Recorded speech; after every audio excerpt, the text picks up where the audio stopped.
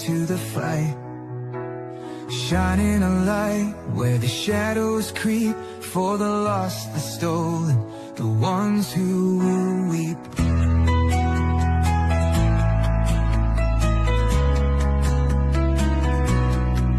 She won't turn away, she won't back down, even when the loony clowns come round.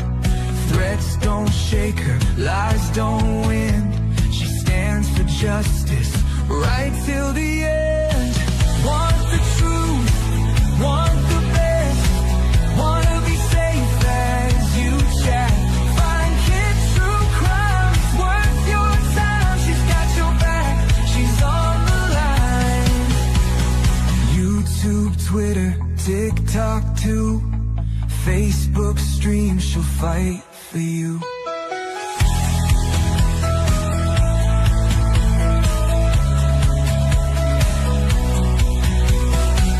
Chase fame, some chase views, but she fights for those with nothing to lose. For the kids who vanish without a trace, she won't stop till she cracks the case. They try to silence, they try to scare, but truth don't break and she's still there, calling out monsters, showing their game. Justice comes when you speak their name. Want the truth, want the best, wanna be safe as you chat. Find kids true crime, it's worth your time. She's got your back, she's on the line. YouTube, Twitter, TikTok too, Facebook stream, she'll fight for you.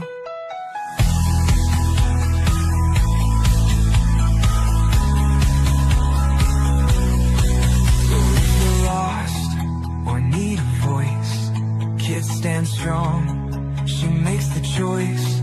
For victims gone, for those in need, she's fighting hard, she won't concede. Want the truth, want the best, wanna be safe as you chat. Find kids true crime, it's worth your time. She's got your back, she's on the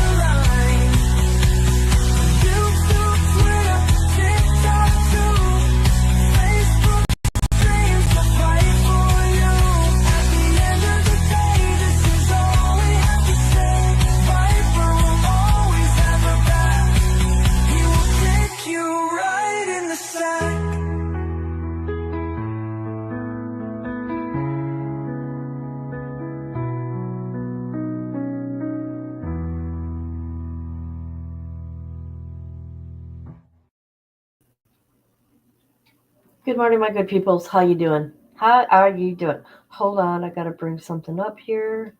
Sorry. Oh my god, I'm so tired. How is everybody? Hold on, I gotta bring something up. Oh my god, I hate hearing my voice.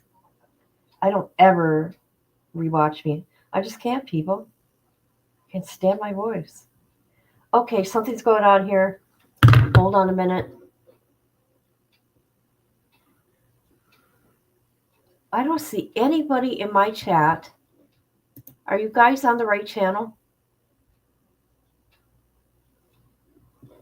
Are you on my Kit True Crime? If you're on Kit Reloaded, we won't be able to see your comments. However, I'm not seeing anybody's comments here. Hold on. What's going on around here?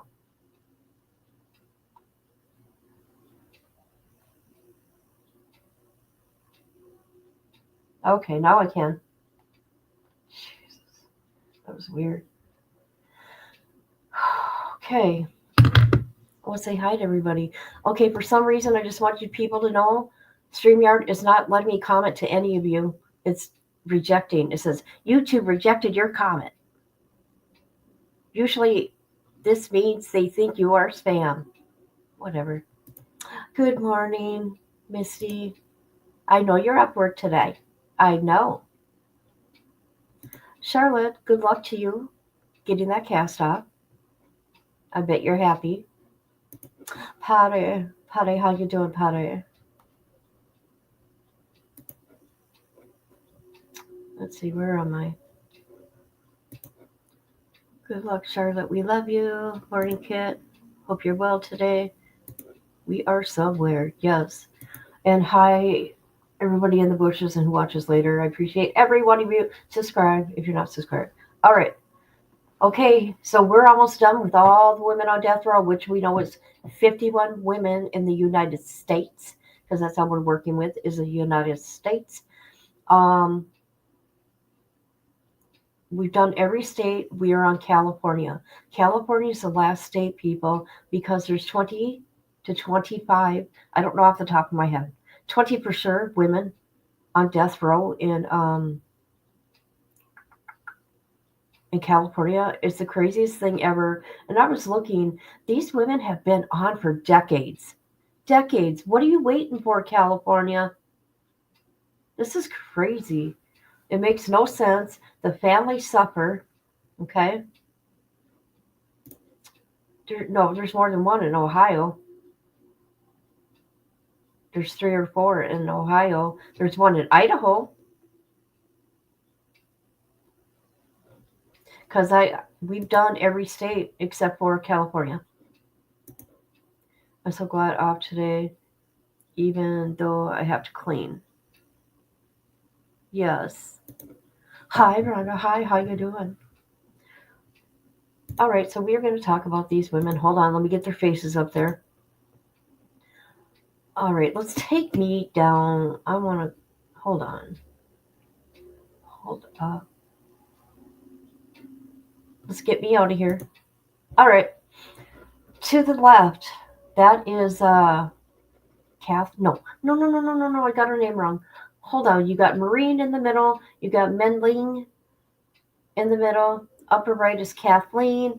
The bottom is Valerie G. And who is this woman again? Hold on. Let me get her name for you.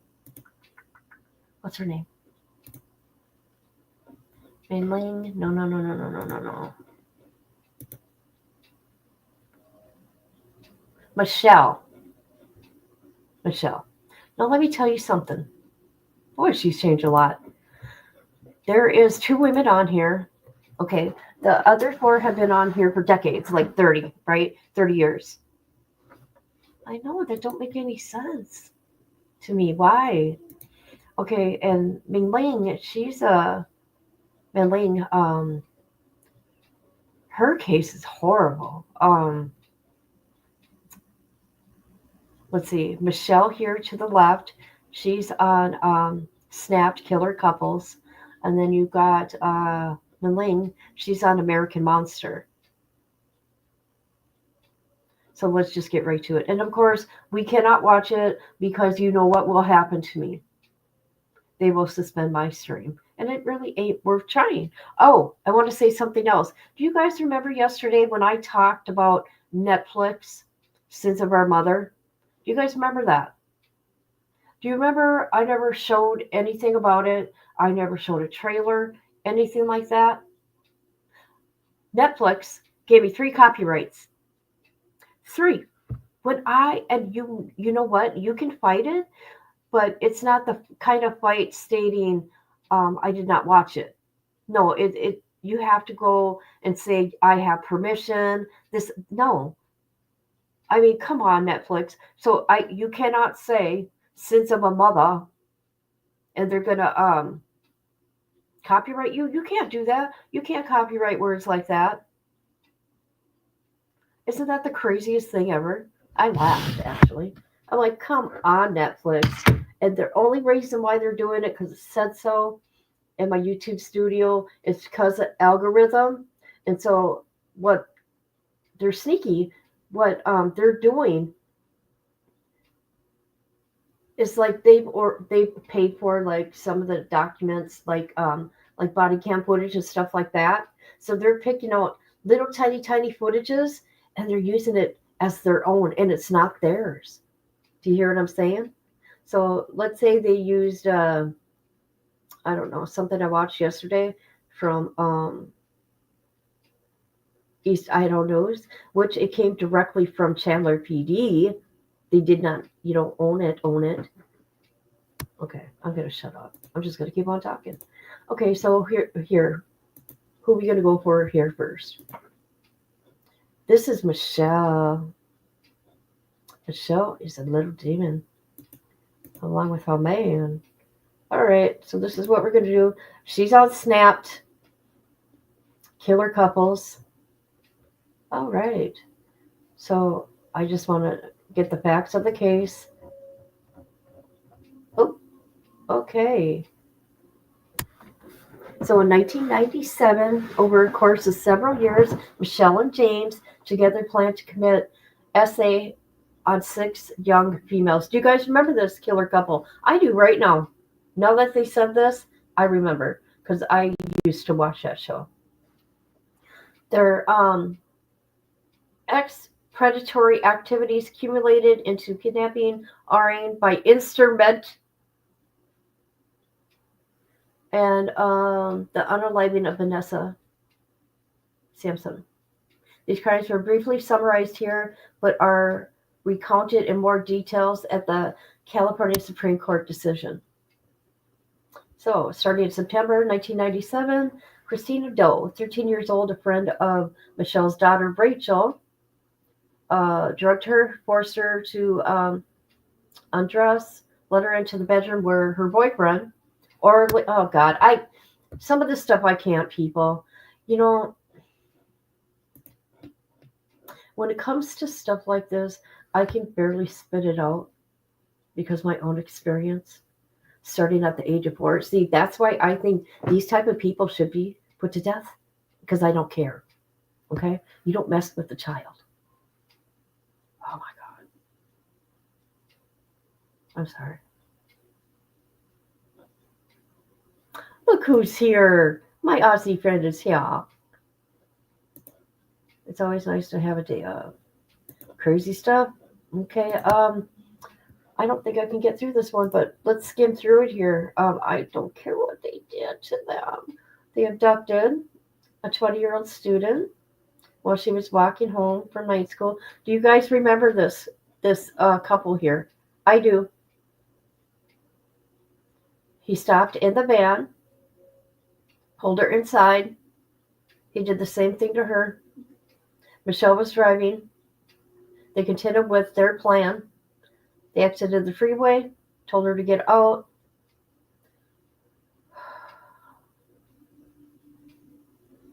Then they assaulted Michelle's 13-year-old daughter. You know what he did to her, like he did to the others. Oh my God. Then they went to a hotel, duct taped Rachel's mouth, which is her daughter. In November, oh my God. There was Amy. Brought her to a hotel. Let's see. They were at the hotel. Let's see.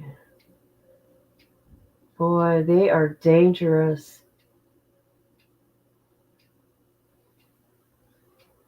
Okay, okay, this is it right here, you people. Everything that I said in the beginning is everything he did to all these girls. Okay?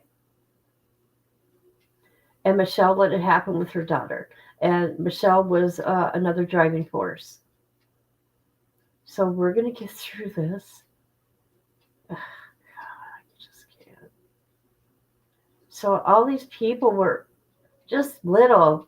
They were under the age of 16. Look at this. We're only up to December. Okay, this is Vanessa. They had her, they did stuff. They had her over a day. Let's see. They unalived her. I think that's when they got caught.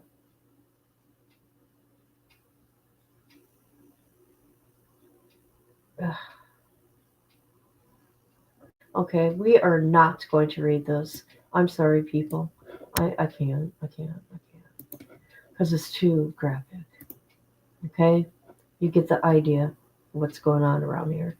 So what we're going to do, we're going to go to the Oxygen channel. Now, Oxygen channel, I'm not showing your video. Okay? We're going to look at pictures. They took pictures. Look at her.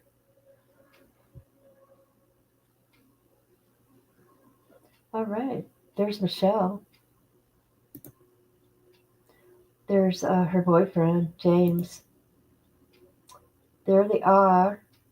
Ick. There they are in court. There she is. There she is thinking she's all that. Oh, yeah. Look at her. And there's her baby girl. Shame on her. Ick. She had 3 kids.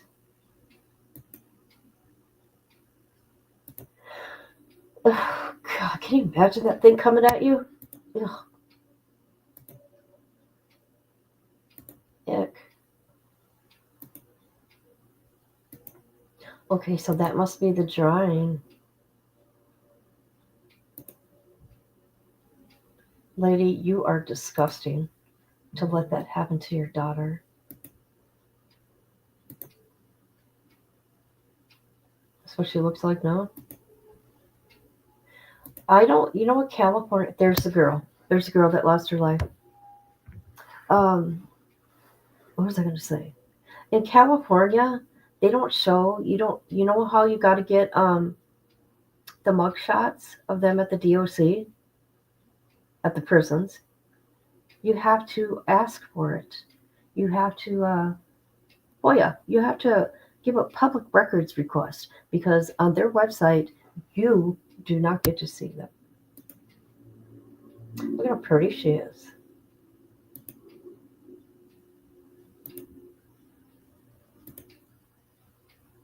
Ew, look at that guy. Okay, they need to go right now. They don't belong here. They don't belong here, people. They need to go now. All right, we're going to go to Catherine. Catherine is in the upper, hold on, let me look. Upper right hand corner. No, I don't, is it Catherine or Maureen is the problem? No. I'm looking at my dog, sorry. All right, we're going to talk about Catherine here a minute. And I wonder why she got put to death here. Here are the facts during the guilt phase. Okay. Melvin operated and owned Kaiser Service and Brake, Community Brake, an auto repair shop in Santa Monica in 1982. Since 1982. Initially, he controlled the finances of the business.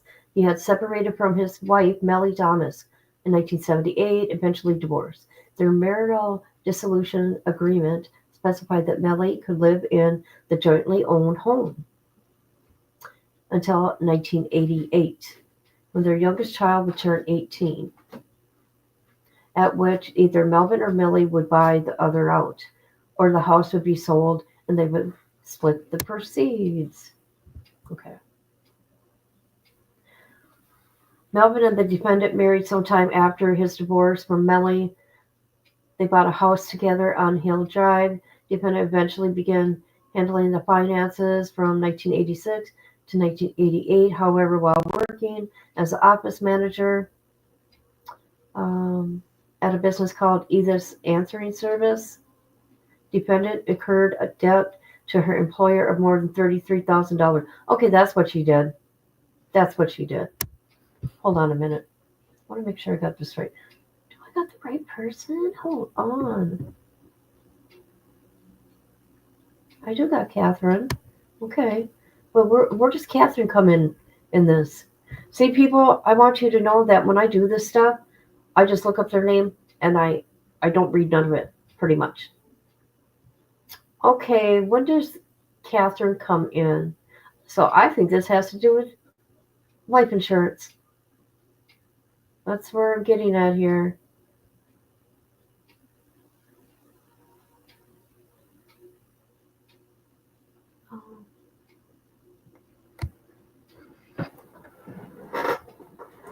Okay. Let's has to do with money. In March 1990, defendant who introduced herself as Catherine Mazar, along with Isabel, met with mortgage broker David. Defendant told him she wished to repurchase the Hilly Drive house. Okay, it's all over the house. Was married to a man who operated an auto repair business, but that she would be taking title of the house in her own name. On the application for the loan, she listed her bank as Community Bank, but the address and telephone number of the bank was, in fact, the address and telephone number of the auto station, guys. Brake station, whatever. She sent a request for verification of deposit to the bank at the address and received back confirmation the defendant had money on deposit. Let's see.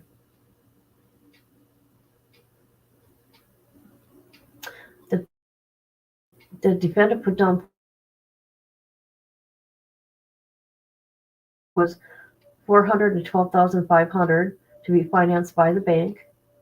Okay, so it has to do with life insurance, just like I said. So she got conspiracy to commit murder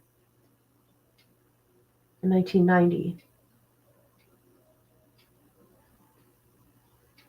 There's a lot of people involved. Wow. This is crazy. Okay, what does she do though? Okay, they went into the gas station. I swear to God, there's like 5 people or more involved in this. But I want to know what Catherine did. So she just came into the bank? Is that what she did? Sorry, guys, I'm talking out loud. Can't help it. Interesting.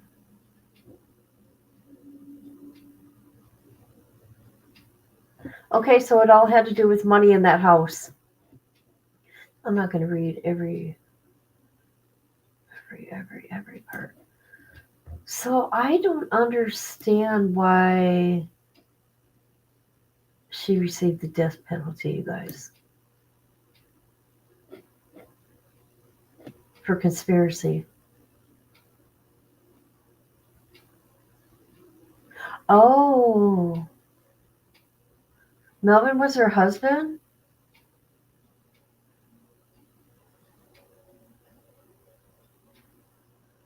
Huh, interesting.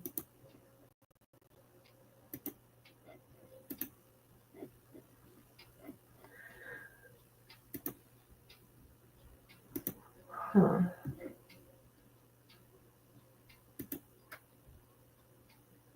All right, hold on, please. Now, this is Maureen. She's one top middle.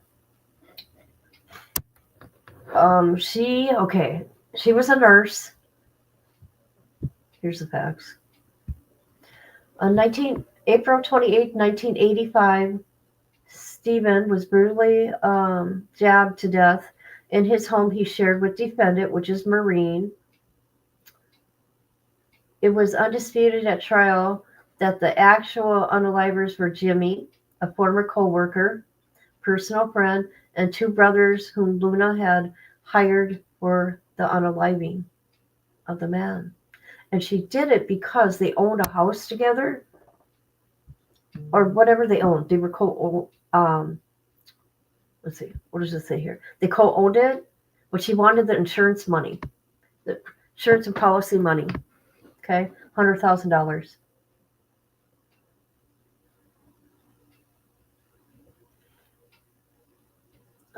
Oh boy.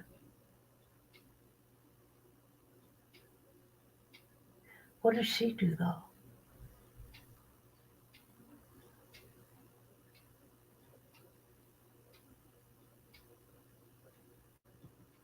Oh, they did some icky stuff to him.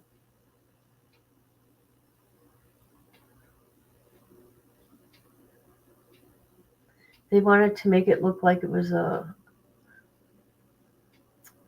I'm not even going to say some of the words out loud. And then they used the N word because the man was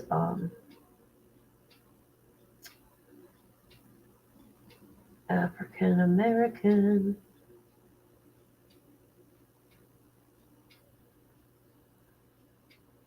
They cross-examined Luna for 8 days.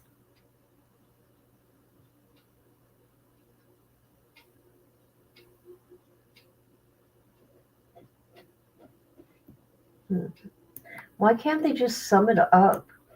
So, anyways, I'm going to sum it up. She and the guy she lived with co-owned a place, and she had him unalived in a horrible, horrific way for the insurance money, $100,000. And what year was this? What year? 1985. Why are these people on death row so long? I don't get it. Here, let me looky here. It's crazy, ain't it? I want to look at this. Hold on. Oop. So, this is Maureen again. She is suing the prison. She's suing the prison.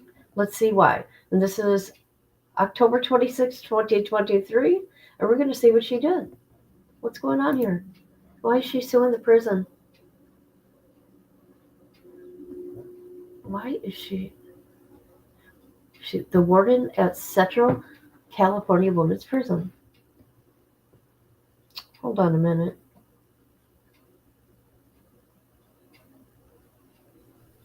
Okay, she's talking about misconduct during the penalty phase, but I want to know why she's suing the prison. Okay, let's get to it, people.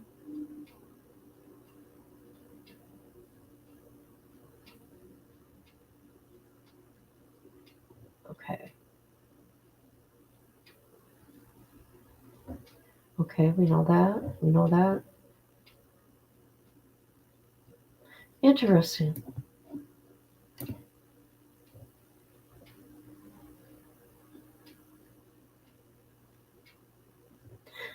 Okay, this is like a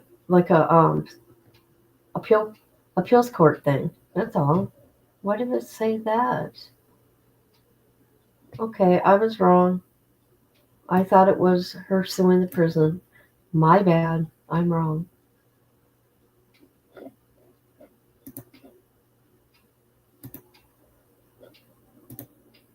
Okay, no, we didn't. No.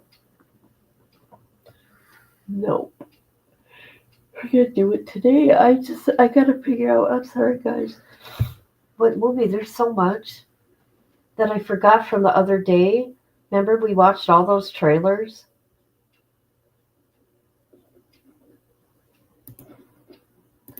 Okay, we're gonna go to Mingling, and oh my god, this is horrible.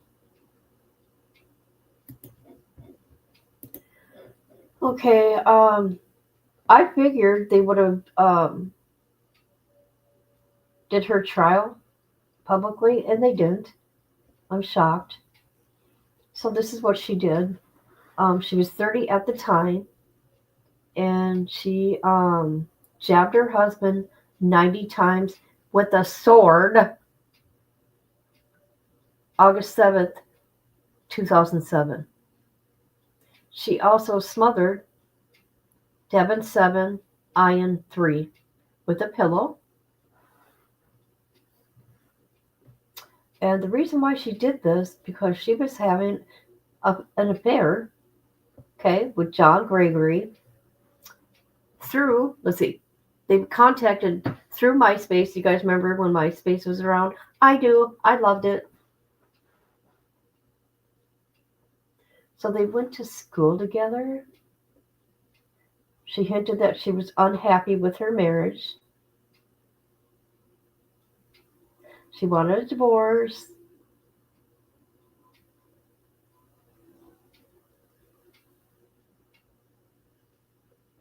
I can't believe they had a relationship. I mean, can't people wait until they get divorced? I mean, come on.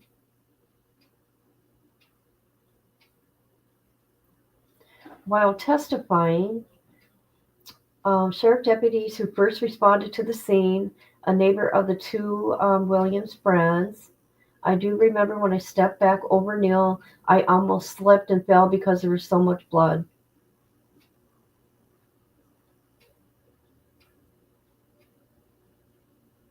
So I suppose that had to be awful to see. Oh, Jesus. I know I'm going through this kind of fast, guys. But here's the grandma. Here's Neil's mother. She's just waiting and waiting for the day. Death penalty protracted trial deepens wounds for mother's torment. This is Neil's mother. When was this? 2011. It's been several months, and Menling, 31-year-old Asian woman, was convicted of unaliving her husband and two young sons. She told authorities on August 7th she had come home from the grocery store and discovered her family unalived. When Los Angeles County Sheriff showed up, they found Neil, Devin, and Ian unalived. And like I said, she had a sword, samurai sword.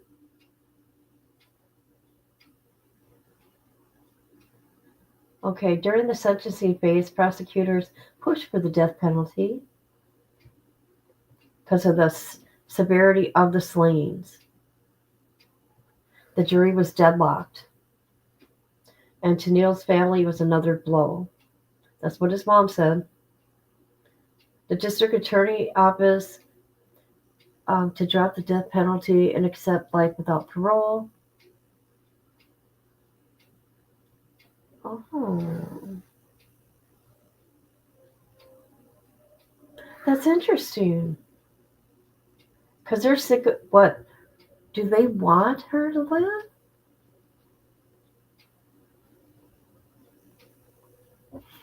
Hold on a minute. Did I read that wrong?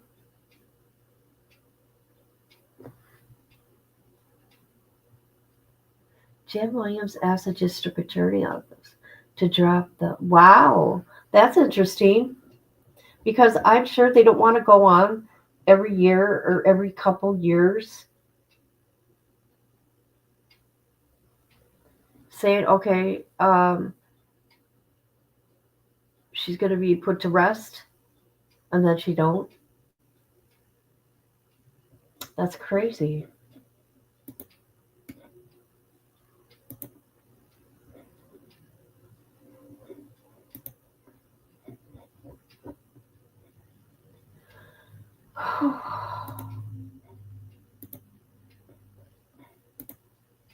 So what's going on with everybody?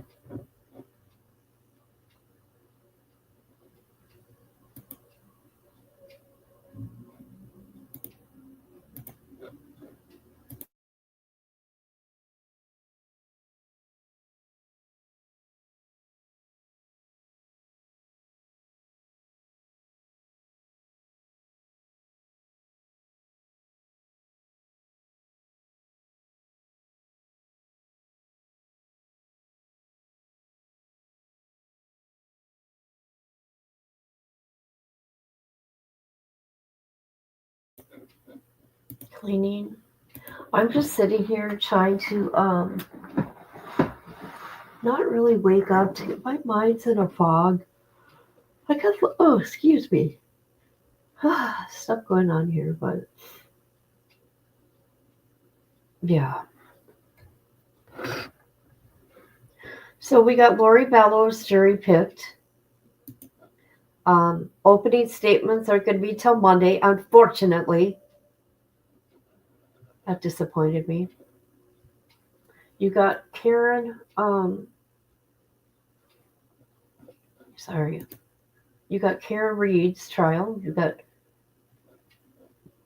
jury selection.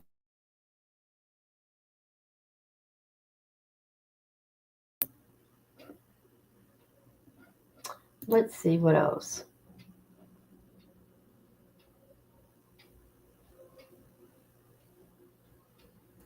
Can you believe that? You know, the mayor in New York, his whatchamacallit, his corruption charges were dismissed.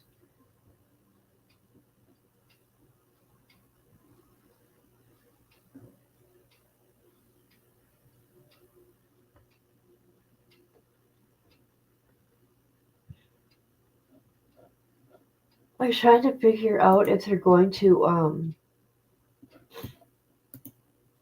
okay, let me look it up. I want to see if Karen Reed jury trial is going to be televised today.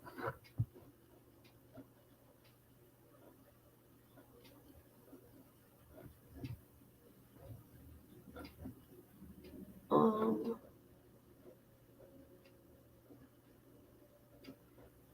well, we can watch this.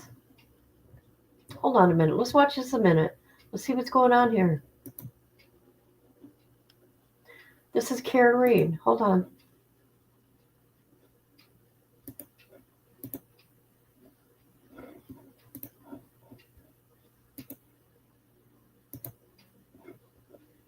Oh, God.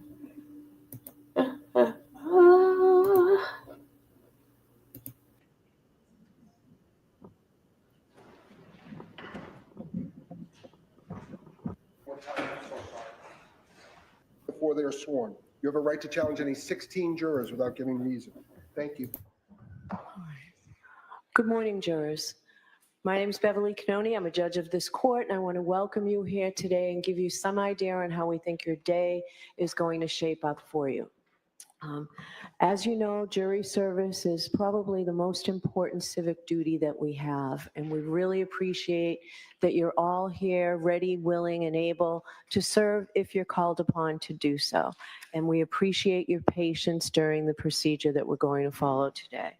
Now, you've heard we're selecting a jury for the criminal case of Commonwealth versus Karen Reed.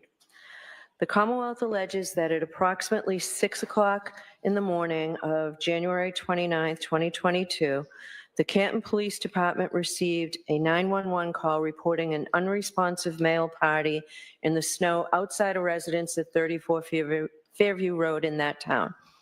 Officers responded and discovered the man, later identified as John O'Keefe, off the roadway in the front lawn area.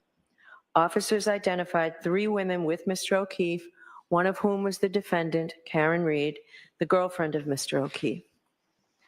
The defendant had been with Mr. O'Keefe on the previous evening at 2 different bars in Canton and had driven with him to this residence in the early morning hours of that date.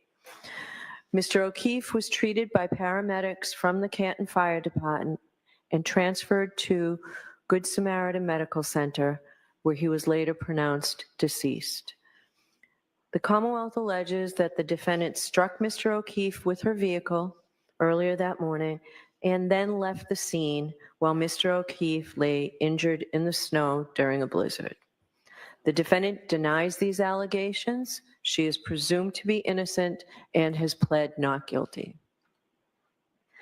The defendant is charged with second-degree murder. She is also charged with manslaughter while operating under the influence and with leaving the scene after causing personal injury or death. I will describe these crimes in greater detail at the end of the case when I teach you the law. But briefly, murder is the unlawful killing of a human being. There are various ways in which the Commonwealth can prove a murder case, and the Commonwealth is permitted to proceed under all theories it believes it can prove. Here, the Commonwealth alleges that Ms. Reed committed murder and that murder was murder in the second degree. In order to prove the defendant guilty of second-degree murder, the Commonwealth must prove beyond a reasonable doubt that the defendant committed an unlawful killing and that it was done in malice. In comparison, involuntary manslaughter is an unintentional, unlawful killing caused by wanton or reckless conduct. These terms and the elements of the crimes will be explained to you in greater detail at the end of the case before you begin your deliberations. Now, at the outset, I would like to address the issue of public interest in this case and the duty of this court to adhere to the rule of law. John Adams said that we are a government of laws, not of men, and that the law must be deaf to the clamoring of the public. He meant that while public opinion about a given subject may ebb and flow, the law must be steady. Well, that's interesting.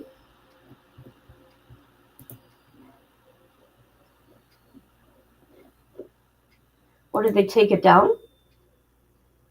They sure did.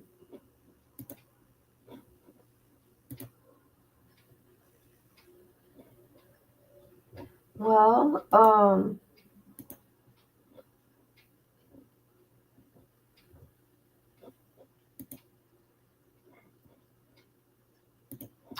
Boston channel has it going. What have they got going on?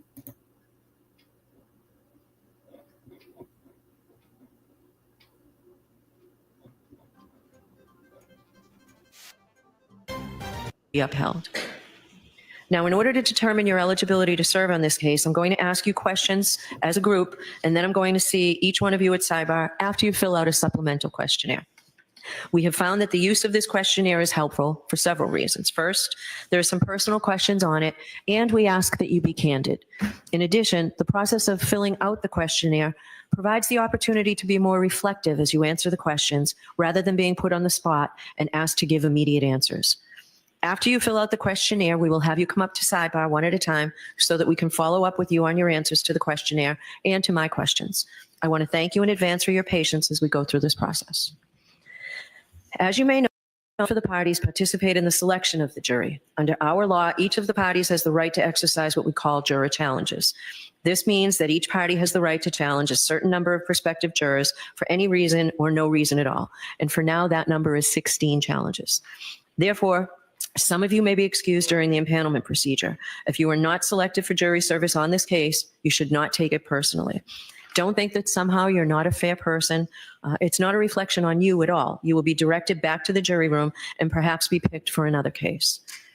In a little while, I'll pose a number of questions to you as a group. You have taken a note that requires you to truthfully answer these questions and all questions posed to you.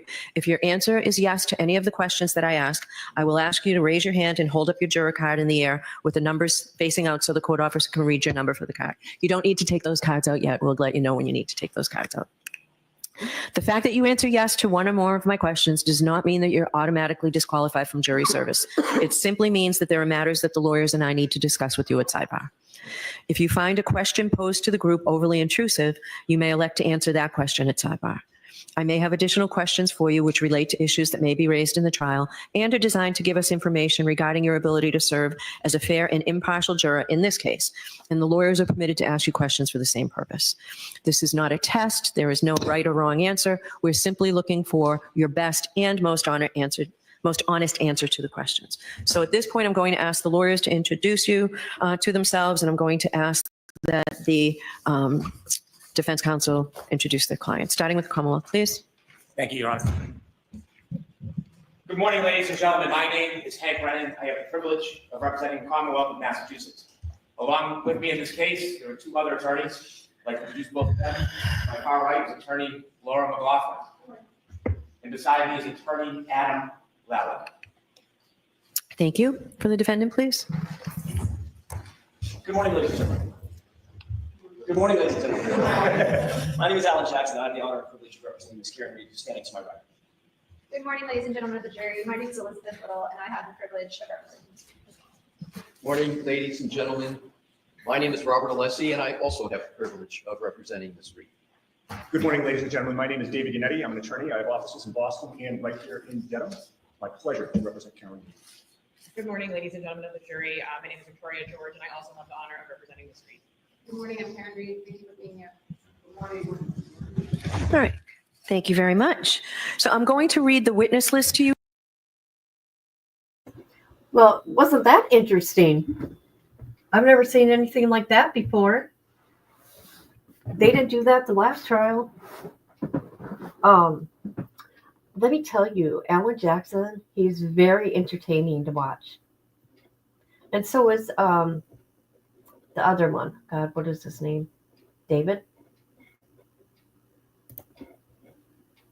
You folks, it's very long. It does not mean that all of these people will be called as jurors, but you may hear the names of some of these people during the testimony. So it's important that you listen and think about whether or not you know these folks, because you will be asked that question in a little while.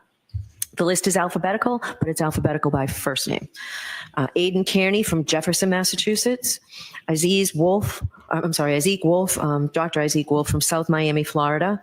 Alfred Lopalato from Canton. Allison McCabe, also from Canton.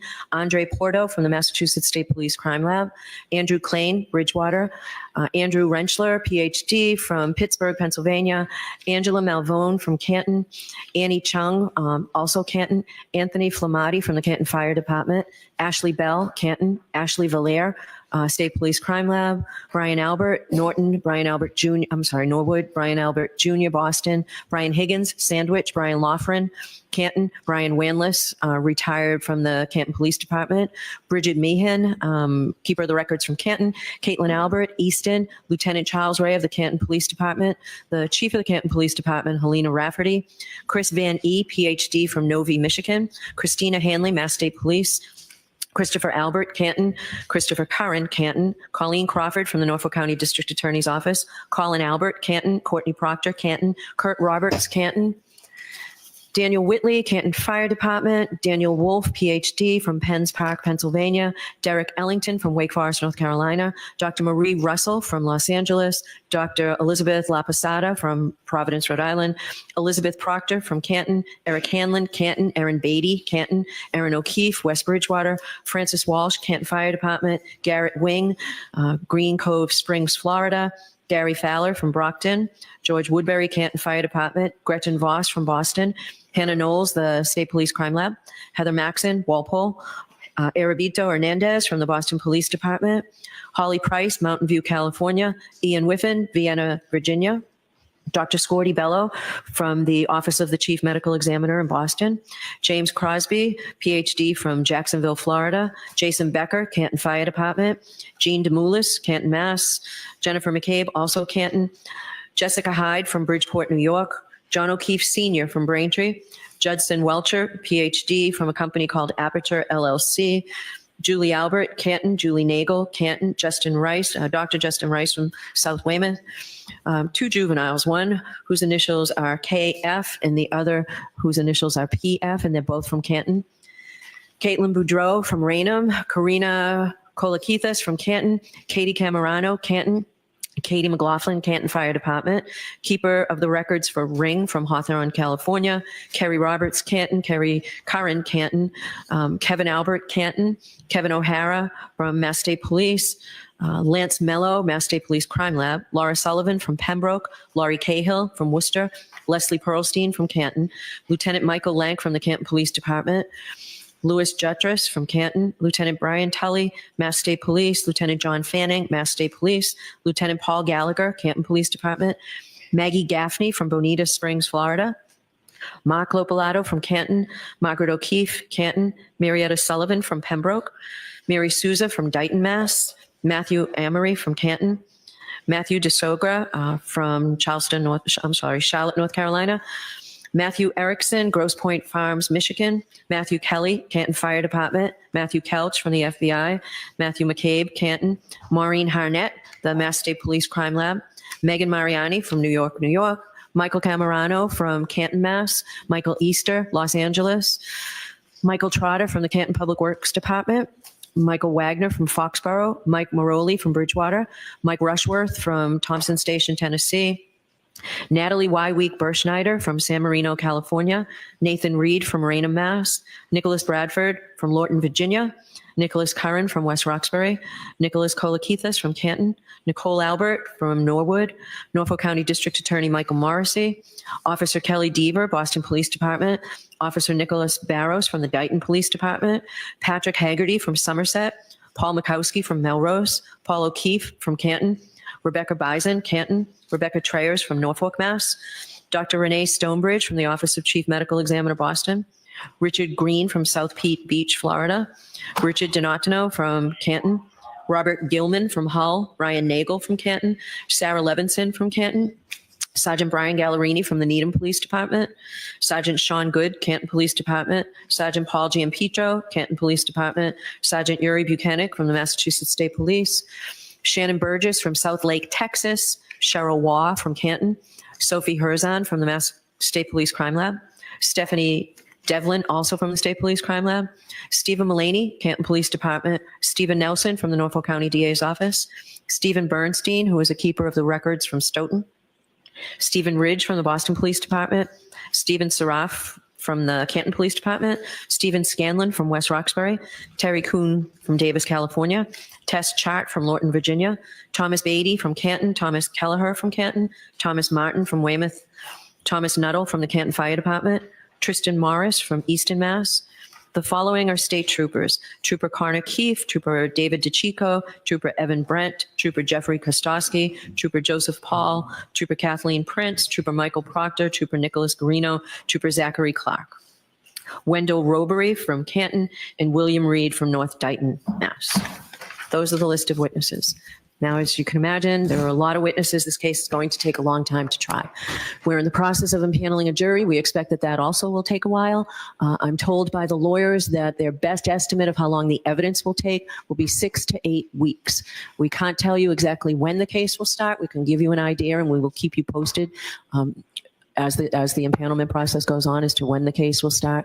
But 6 to 8 weeks, and it will go from 9 o'clock in the morning until 4 o'clock in the afternoon. There'll be a few days in there that we won't be in session, and there'll be a few more half days that will just go morning. So we realize it's a long time, and we realize it's a lot to ask of you folks, but that will be the schedule. The daily schedule will be, we'll start at 9 in the morning.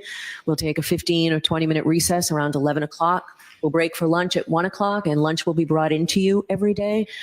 We usually would like to think about having abbreviated lunches where jurors are having their lunch in the courtroom so that we can get as much testimony in a day as possible, so that hopefully it will be shorter than the 8 weeks. That's our intent at this time, and that's the best estimate. It's a good faith estimate. Sometimes trials go longer and sometimes they're shorter.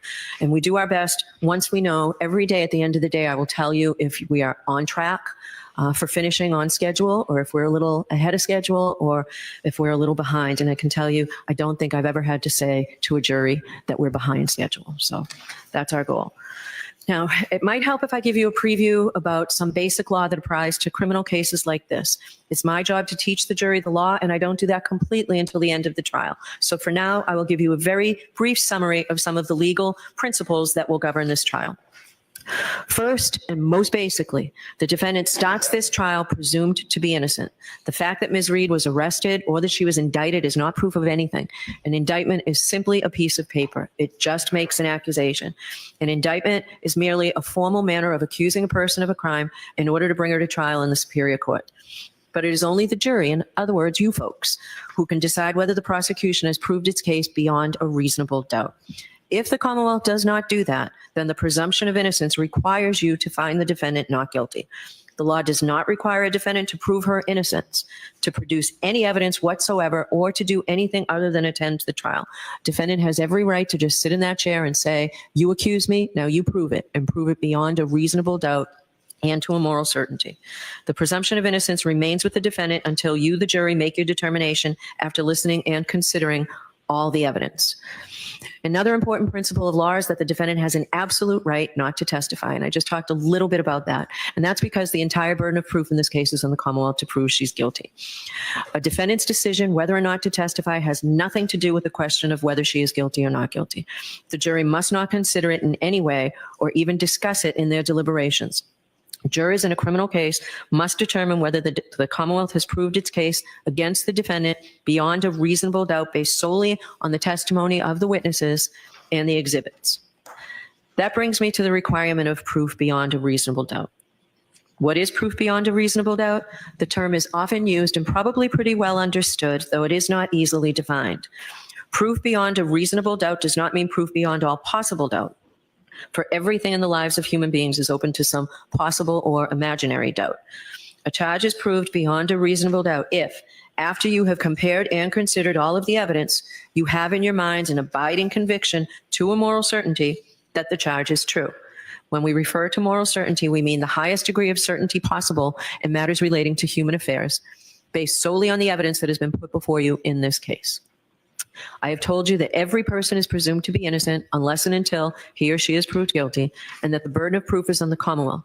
If you evaluate all the evidence and you still have a reasonable doubt remaining, the defendant is entitled to the benefit of that doubt and must be acquitted. It is not enough for the Commonwealth to establish a probability, even a strong probability, that the defendant is more likely to be guilty than not guilty. That is not enough. Instead, the evidence must convince you of the defendant's guilt to a reasonable and moral certainty, a certainty that convinces your understanding and satisfies your reason and judgment as jurors who are sworn to act conscientiously on the evidence. This is what we mean by proof beyond a reasonable doubt. Our system of justice depends on judges like me and jurors like you being able and willing to make careful and fair decisions. All people deserve fair and equal treatment in our system of justice, regardless of their race, national origin, religion, age, ability, gender, sexual orientation, education, income level, or any other personal characteristic. You have agreed to be fair, and I am sure that you want to be fair, but that is not always easy. One difficulty comes from our own built-in expectations and assumptions. They exist even if we're not aware of them and even if we believe we do not have them. Some of you may have heard this called implicit bias, and that is what I'm talking about. Now, of course, we judges have the same problem as everyone else, so let me share a few strategies that we have found useful. First, slow down. Do not rush to a decision. Hasty decisions are more likely to reflect stereotypes or hidden biases. Second, keep an open mind. Avoid drawing conclusions until the end of the case when you and your fellow jurors deliberate. Remember that when you deliberate, you will have all the evidence and all the time you need to make a careful decision. So there truly is no need to start making your mind up before then. Third, you should listen closely to all the witnesses. That is the best way to ensure that you decide this case based on the evidence and the law instead of upon unsupported assumptions. Fourth, as you listen to the testimony about the people involved in this case, consider them as individuals rather than as members of a particular group. And finally, I might ask myself, would I view the evidence differently if the people were from different groups, such as different racial, ethnic, or gender identity groups? At the end of the case, I will remind you of these strategies and ask you to focus on the evidence instead of any unsupported assumptions you may have. All we ask is that you, individually and as a group, do your best to resolve this case based upon the evidence and the law without sympathy, bias, or prejudice, to the best of your ability as human beings. Now, I know that some of this might be confusing, and perhaps all of it's confusing at this early stage of the case. You'll certainly be in a better position to understand this at the end of the case when you've heard the evidence and I can explain the law to you in detail. So don't be worried if you didn't catch everything I said. Why am I telling you these things? Because we need to know if you are able to follow the law in this case. You don't necessarily have to agree with the law, but all jurors will have to apply the law as I describe it. So for jury selection, it's important to know if you might have some doubts whether you can accept and follow these legal rules. I'm now going to ask you several questions. So if your answer is yes, please raise your hand. So now you can take out those juror cards.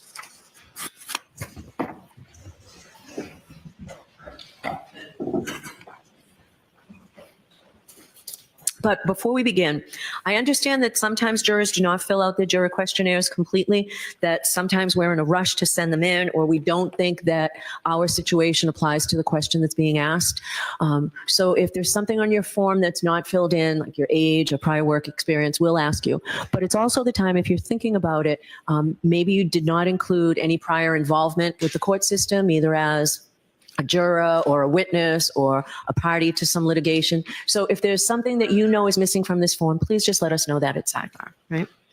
So the first question is, do you or a close personal friend or family member know, or have you had any prior dealings with the witnesses whose names I've called? Juror number 168, 168. Juror 167, 167. Juror 257, 257. Juror 202, 202. Juror 212, 212. And juror number 259, 259. Thank you. Do any of you folks or a close personal friend or family know, or have you had any prior dealings with the lawyers in this case or the Norfolk County District Attorney's Office? I see no, okay. Juror number 200, 200. Okay, thank you. Do any of you folks or a close personal friend or family member have any financial or other personal interest whatsoever in this case or its outcome?